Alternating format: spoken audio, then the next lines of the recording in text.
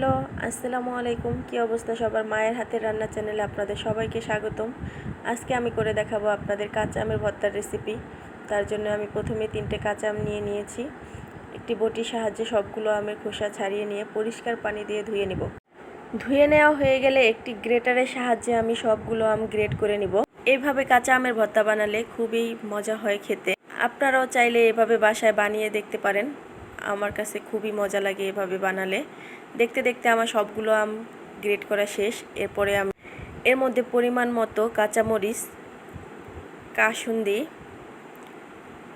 Bit লবণ, স্বাদ মতো সাদা লবণ দিব।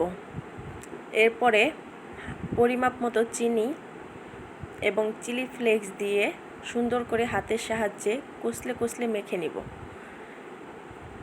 আমার এই ভিডিওটি ভালো লাগলে অবশ্যই আমার চ্যানেলটাকে সাবস্ক্রাইব করবেন, লাইক, কমেন্ট অ্যান্ড শেয়ার করবেন। আজকে আমার এই ভিডিও এই পর্যন্তই। এতক্ষণ আমার সাথে থাকার জন্য আপনাদেরকে অসংখ্য ধন্যবাদ। দেখা হবে নতুন কোনো রেসিপিতে। এ পর্যন্ত সবাই ভালো থাকবেন। আল্লাহ হাফেজ।